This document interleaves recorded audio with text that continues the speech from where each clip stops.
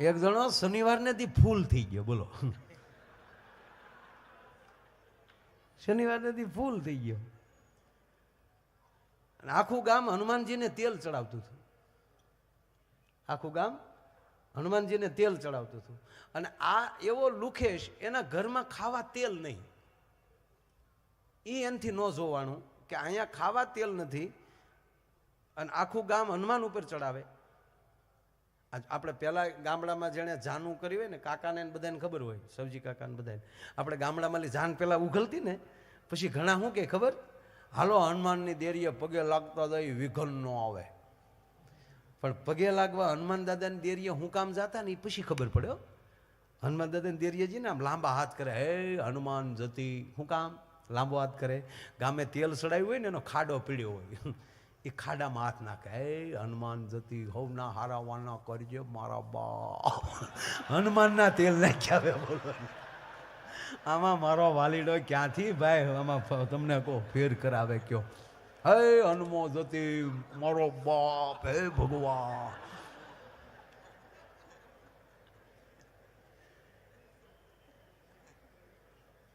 પણ શનિવારની પૂર્વ સંધ્યા છે, શુક્રવાર છે આજ, એટલે આપણે આનંદ કરશું. પણ ટૂંકી વાત લઈ લવા તે એ ફૂલ થઈ ગયો ને, ફૂલમાં તો ખબર પડે ને, આપણે કોઈ છા ન હોય પણ ખબર હોય.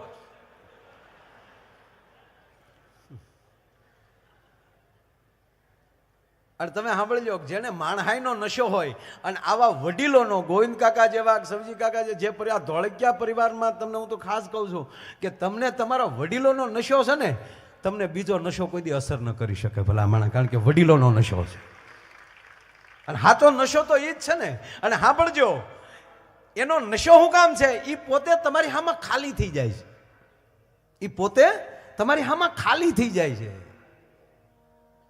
તમને આનંદ કરાવવામાં, તમારા આવા કાર્યક્રમો કરવામાં. અને જે વ્યક્તિ ખાલી થઈ જાય ને, એ હામાવાળાને ફૂલ કરી દે. આ કાચની બોટલ માળી પોચે ખાલી થઈ જાય ને, જો હામાને હળી ગયેલી હીહલી ખાલી થઈ જાય ને હામાવાળાને ફૂલ કરી દેતી હોય, તો કહેવાય જો જ્યાં ખાનદાનીથી ભરેલા હોય અને એ ખાલી થતા હોય ને હામાને ફૂલ ન કરે તો માણહાઈ ન કહેવાય ભલા માણા. આ નરું સત્ય છે ભલા. એટલે ઓલો ફૂલ થઈ ગયો ને, હનુમાનજીને દેરીએ ગામ તેલ ચડાવતું હતું, ન્યા આવ્યો. ગામના કે હાલો નીકળો, સટકો હાલો, યુ કેન ગો આઉટ.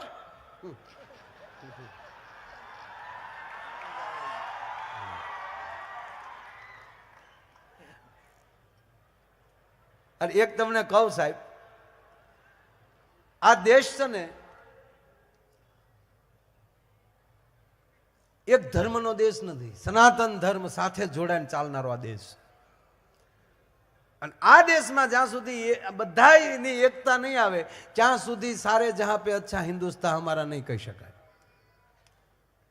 આ મહારાણા પ્રતાપનું, અકબરનું યુદ્ધ છે, કોઈ કોમવાદ નહોતો ગોવિંદ કાકા. હંમેશા યુદ્ધ છે એ ધર્મ ને અધર્મના જ હતા. જો મહારાણા પ્રતાપનું યુદ્ધ જ્ઞાતિવાદનું હોત તો મહારાણા પ્રતાપનો સેનાપતિ હાકિમ ખાન નો હોત. આનું સત્ય છે.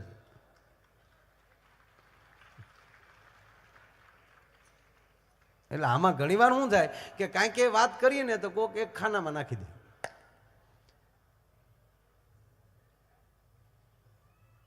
એટલે આ ફૂલ પી ગયો, આપણને પીધેલા ગમે, આપણે શું વાંધો છે ભાઈ? આપણે નથી પીતા તો એનો અર્થ એવો થોડો છે કે પીવે એની ટીકા કરાય. આપણે એમાં કાંઈક હશે તો જ ગુજરાત સિવાય આખી દુનિયામાં ચાલુ હશે ને. પણ એનો કઈ પ્રચાર ન કરાય, પીવાય નહીં. આપણે આ દેશ છે ને, એટલે જ ભગવાન કૃષ્ણ અહીંયા આવ્યા હતા કે અહીંયા વી આવો. ગુજરાત આ ગાંધીનું ગુજરાત છે, સરદાર વલ્લભભાઈ પટેલનું ગુજરાત છે, એટલે દારૂબંધી છે.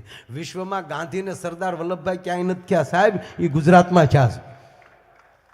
દુનિયામાં કોઈ એવો રાજા નથી જો 1800 પાદર પહેલા આપી દે, એ ગુજરાતમાં થયો છે. અને અત્યારે આખી દુનિયા ભારત સામું જોઈને બેઠું છે કે નરેન્દ્ર મોદી અહીંનો થયો છે. અને અમિત શાહ વાણીઓ, એ સાહેબ કેવું એને કર્યું, જુઓ તો ખરા તમે. નહીં સાહેબ, આ 18 વરણ આમાં કોઈ એવી જ્ઞાતિ નથી કે એનો એ જ્ઞાતિનું એક તમે એમ કહેવાય કે પડથારનો પાણો ઊંચો કરો ને ઇતિહાસનું પાનું ન નીકળે સાહેબ. આ 18 વરણનું છે. અને પીવા વાળા એ બધા જ્ઞાતિમાં નીકળે,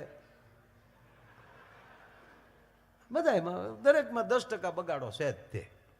ગમે એવો કેસર આંબો હોય 2 સાંજ્યા નીકળે જ તે. બસ સાંજ્યાને વિનંતી કે આપણે આ કેસરના ભાવ જોઈ અને વાહે નજરું કરજો કે આપણે શું કામ સાંજ્યા છા, હે આપણે શું કામ પાછળ રહ્યા છીએ. કાંઈ એની ટીકા કરવામાં, કાંઈ એની પ્રગતિ સ્વીકારવાની આપણામાં શ્રદ્ધા નથી ભલામાના. અને જે વ્યક્તિ બીજાની પ્રગતિ ન સ્વીકારી શકે એ જ દુઃખી હોઈ શકે. બાકી જે બીજાની પ્રગતિ સ્વીકારીને રાજી થતો હોય એ કોઈ દી નાનો ન રહી શકે. એમ આ મૂળ તો પીતો છો, ગામની પ્રગતિ નહોતો જોઈ શકતો. એટલે છેલ્લે હનુમાન દાદા પાસે આવીને ગામના હાલો નીકળો, તેલના દીકરા જાવ છો. ગામના વૈયા ગયા તો તને પોગે હનુમાન. ગામના વૈયા ગયા પછી પૂંજારી બેઠા હતા. પૂંજારીને કીધું હાલો બાપુ જય સિયારામ. પૂંજારી કે હા બાપા, હા ભાઈ જય સિયારામ ભાઈ. પૂંજારી વૈયા ગયા અને પછી હનુમાનજીની સામે એકલો ઊભો. પણ હનુમાનજી હામો લડીને આમ જો ગામમાં તલવાર લઈ આવ્યો, તલવાર કાઢી. હનુમાનજીને કે ઓળખાણ પડે, જાણે કેમ લંકામાં હામી પાર્ટીમાં હોય. હનુમાનજીને ઘડીક તો થયું કે એક ગદા ભેગો ગોટો વાળી દઉં, પણ હનુમાનજીને એમ થયું કે રાવણ માર્યા પછી આવાને મારીએ તો આના માધ્યમ વધે. હકીકત કહું સાહેબ, તમારી પાસે 4 વ્હીલ થઈ જાય પછી સાયકલ વાળાને તુકારો કરવાનો તમારો કોઈ અધિકાર નથી. હા, હકીકત છે. આપણે મર્સિડીઝ લઈને ગયા હોય ને રિક્ષા વાળો સામે સામે આવે તો આપણે પાછી લઈ લેવાય, કારણ કે એમાં અજડતા છે એટલે તો રિક્ષા છે એની પાસે. હકીકત છે. હવે હનુમાનજી જેવા હનુમાનજી સાહેબ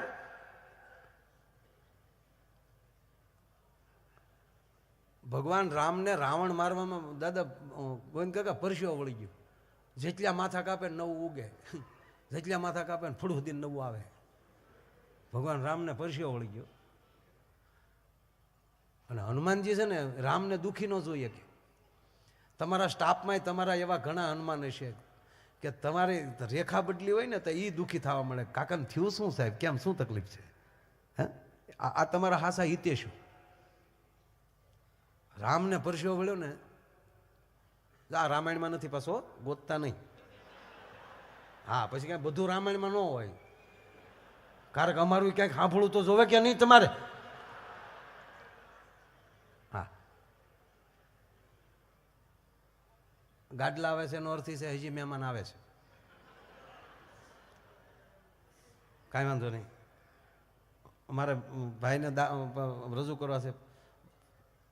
કારણ કે અમે કેટલા વાગે આપણે 9:30 પોણા 10 ચાલુ છું. કામ 9 વાગે ચાલુ કરી નાખ્યું કાકા. હા, ટૂંકો દાખલો દઉં.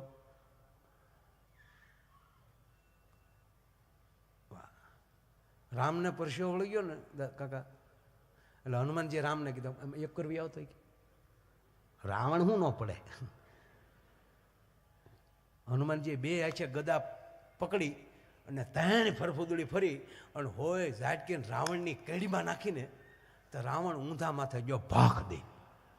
ફફાકો તો બોલે ને એ ક્યારે 10 માથા પડે એટલે. હા, ભડું દીને ગયો ને રાવણના મોઢામાં ધૂળ ગળી ગઈ. હવે એક તો રાવણને એમાં આવો સાળો કરાય. રાવણ ઊભો છો,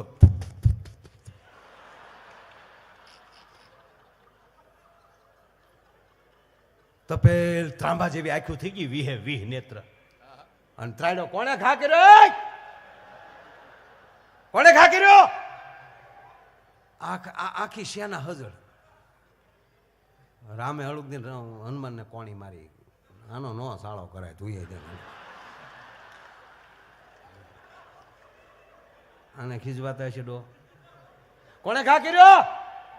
પૂછ્યા કોણે ઘા કર્યો?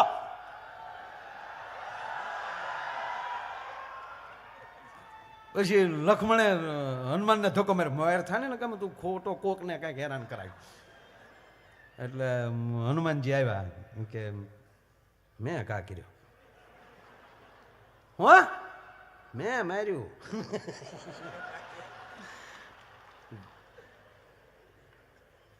કારણ કે જે આછે જમાડ્યો હોય એ આછે મારવો પડે, એ તો નોખું પડે ને. ત્યાં માર્યો, આ ઘા ત્યાં કર્યો. હા, રાવણ કે તારી માને ધન્યવાદ. આવું હોય રામાયણમાં કઈ? પણ છે 108 પ્રકારની રામાયણ છે. હા, કાંઈ હું ખોટું નથી કહેતો. નકર અત્યારે રેકોર્ડિંગ થાય, કોઈક અમારો કાઠલો પકડીને બે નો નાખે અમને, સોટી હું પીડ્યા. હનુમાનજીને કીધું રાવણે તમારી જનેતાને ધન્યવાદ. તો હનુમાને કીધું તારી માને ધન્યવાદ. એટલે પણ બાથવામાં તો આમ જ હોય ને.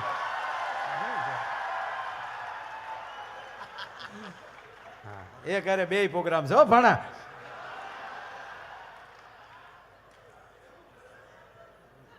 મજા આવે ને તમને બસ. હવે સાંભળજો. એટલે હનુમાનજી કીધું મારી માને ધન્યવાદ હે ને. રાવણે કીધું તો મારી માને ધન્યવાદ હે ને. હનુમાન કે તમે પેલા કીધું તારી માને ધન્યવાદ, એટલે મેં તમને સામું કીધું. ત્યારે રાવણ બોલે છે કે હે હનુમંત, તમારી માને ધન્યવાદ એ માટે આપું કે હું રાવણ શિવનો એકલોતો શિષ્ય અને ભગવાન મહાદેવની જ્યારે સ્તુતિ કરું તો નમામિ સમીશાન નિર્વાણ રૂપમ ભગવાન શિવનું જેથી આવાહન કરતો એટલું નહીં, જેથી શિવનું સ્તોત્રનું ગાન કરતો હોઉં અને મહાદેવ જેથી પ્રસન્ન ન થાય. યાતે રુદ્ર શિવા તનુર ઘોરા પાપ કાસી નિત્યાન સન્વા સંતમયા ગિરી સંતા વિશાખ સિંહ હર હર મહાદેવ હર હર હર મહાદેવ હર હર હર મહાદેવ હર. એ ભગવાન શિવના તપમાં બેહી જાઓ અને મહાદેવ મારી હામું ન જોવે અને તેથી મારા આતરડા કાઢી એનું વાદ્ય બનાવી અને રાવણ રચિત મારું પોતાનું રચિત એમ કેવા શિવ તાંડવ ગાતો હોઉં અને સતા શિવ મારી હામું ન જોવે અને પછી ઈ શિવને મારી 20 હાથથી મારી 20 ભુજાઓની 100 આંગળીઓ અને મારી 20 ભુજાઓથી ભગવાન શિવને કૈલાસ હોતો એમ કહેવાય ગુસ્સો લઉં તો આકાશ રૂપી સરોવર મહાબળ હનુમાન આકાશ રૂપી સરોવરમાં રાવણની આંગળીઓ રૂપી કમળ ખીલ્યું હોય અને એની અંદર નાનો એવો ભમરો બેઠો હોય એવો તારો કૈલાસ લાગતો થો. અને તારા રાઘવને મને જો પરસો વળી જતો હોય, 3 લોકનો અધિપતિ મારી સામે ઊભો છે, એને જો પરસેવો વળી જતો હોય અને ઈ રાવણને તું એક ગદા ભેગો પાડી દે, ધૂળ સાડતો કરી દો તો ન કહું તમારી માન ધન્યવાદ એમ. હવે સાંભળજો. પછી રાવણ કહે છે કે હનુમાનજી તમે મને ધન્યવાદ મારી જનેતાને શું કામ આપ્યો? ત્યાં કે રાવણ શિવનો એકલોતો શિષ્ય હોવાથી એના ભજન કર્યું છે, એનું સ્તોત્ર કર્યું છે, એનો કૈલાસ ઊંચો કર્યો છે અને તારી હામો શિવનો 11મો રુદ્ર ઉભો છે. તારા ગુરુને ન ઓળખી શક્યો કે તારી હામો કોણ ઉભો છે? હાથ વજ્ર વર ધજા બિરાજે કંધે મોજનો ઈ સાજે. એ રાવણ, આખી કોઈ પ્રસંગમાં મેં ગદા લીધી નથી અને મારો ગદાનો પ્રહાર આ પૃથ્વી ન ખમી શકે અને ઈ જો ગદા હું પૃથ્વીમાં મારું તો ગાંડો થયેલો હાથી પાકલ સીભડા માથે પગ દઈ દે અને જેમ સીભડાની પરિસ્થિતિ થઈ જાય એમ પૃથ્વીની પરિસ્થિતિ કરી નાખું. ચૂર ચૂર ચૂર થઈ જાય આખી પૃથ્વી. એને બદલે તું એક ગદા ભેગો એટલા જોરથી મેં તને ગદા મારી નો છું તને ટસક ગયું નહીં તને મારા ગદાના પ્રહારથી તો તું પૃથ્વીની હોહરવો નીકળી જાવ છો. એને બદલે ખાલી ઊંયે ન કર્યું અને ખાલી પડી ગયો ને જીવી ગયો ને એટલે કહું છું કે વાહ રાવણ તારી જનેતાને ધન્યવાદ. કારણ કે